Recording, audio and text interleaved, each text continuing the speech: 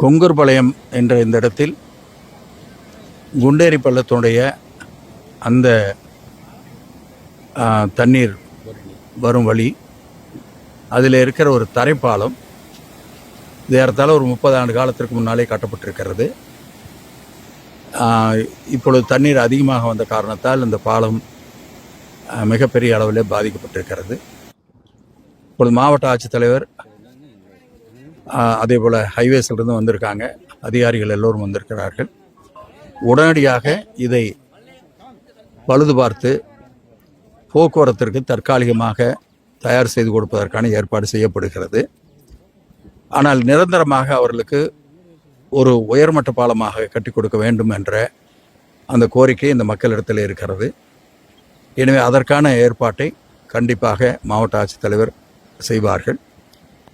முதலமைச்சர் அவர்களுக்கு இந்த தகவல் எல்லாம் போன பின்னாலே அவர் எங்களுக்கு அழைத்து சொல்லி உடனடியாக அந்த இடத்தையெல்லாம் நேரடியாக பாருங்கள் என்று சொன்னார்கள். எனவேதான் இங்கே மாவட்ட செயலாளர், எம்எல்ஏக்கள் மற்றும் இங்கே இருக்கிற நிர்வாகிகள் அத்தனை பேரும் நாங்கள் இங்கே வந்திருக்கிறோம். இந்த இடம் மட்டுமல்ல, மேலும் ஒரு 3-4 இடங்களிலே இதே போல பாதிப்பு ஏற்பட்டிருக்கிறது. அத்தனையும் சீர் செய்து தற்காலிகமாக பயன்படுத்துவதற்கும் நிரந்தரமாக பெரிய பாலமாக கட்டுவதற்கும் இப்பொழுது ப்ரொபோசல் அரசாங்கத்திற்கு அனுப்புவதற்கான ஏற்பாட்டை செய்திருக்கிறோம். முதலமைச்சர் அவர்கள் கவனமாக கவனித்துக் கொண்டிருக்கிறார்கள். எனவே கண்டிப்பாக விரைவாக இந்த போக்குவரத்து இடையூறுகள் அத்தனையும் தீர்க்கப்படுவதற்கான நடவடிக்கை எடுக்கப்படும். சார், இப்போ குண்டேரிப்பாளையம் டேம்லேருந்து வருஷத்துக்கு கிட்டத்தட்ட 1 TMS தண்ணீர் வேஸ்ட்டாக போகுது. தடுப்பணை அமைக்கணும்னு நீண்ட நாள் கோரிக்கைங்க சார். ஒரு 2-3 இடங்களில் தடுப்பணை அமைத்தால் தண்ணீர் சேமிக்கலாம்னு சொல்லிட்டு பகுதி விவசாயிகள் கோரிக்கை வச்சுட்டு இருக்காங்க சார். அது விஷயம் ஏதாவது முதலமைச்சர் பேசி நடவடிக்கை எடுப்பீங்க சார்? இல்லை, தடுப்பணை அதை பற்றி கலெக்டர் அவங்க விசாரித்து சொன்னாங்கனாக்க அதை நாங்கள் சிஎம்கிட்ட பேசி எங்கே தடுப்பணை தேவைங்கிறத பார்த்துட்டு அதுக்கு உண்டான ஏற்பாடு செய்யலாம், அதற்கான நடவடிக்கை எடுக்கலாம். மழை காலத்தில் செல் நம்பர் ஏதாவது சொல்லியிருக்கீங்களா? கேம்ப் ஏதாவது போட்டிருக்கீங்களா? இல்லை, அதிகாரிகள் அங்கங்கே சுற்றுப்பயணத்திலே இருந்துகிட்டு இருக்காங்க. எல்லா அதிகாரிகளும் இப்போ நேற்று தீபாவளி உங்களுக்கு தெரியும், அத்தனை அதிகாரிகளும் அங்கே ஃபீல்டில் தான் இருந்திருக்காங்க.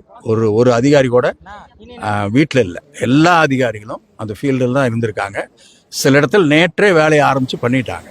அவங்களுக்கு ஏன் ஒரு நாள் டிலே ஆகுதுன்னா, அந்த அந்த காங்கிரீட் இதெல்லாம் போடுறவங்க கிடைக்கல, எல்லாம் லீவில் போயிட்டாங்க. இப்போ நாளைக்கு அந்த வேலைகள்லாம் ஆரம்பிச்சிடும். இல்லைனாக்கா இன்றைக்கி இங்கேயே எல்லாரும் வேலையை ஆரம்பித்து பண்ணிகிட்டு இருந்திருப்பாங்க. அதனால் இந்த 2 நாள் அவங்களுக்கு நம்ம ஒரு கஷ்டமான சூழ்நிலையாக இருந்ததுனால, இருந்தாலுமே அத்தனை அதிகாரிகளும் அங்கே ஃபீல்டில் தான் இருந்தாங்க.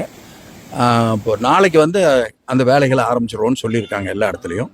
அதனால் தற்காலிகமாக எல்லா ஏற்பாடு பண்ணிடுவாங்க.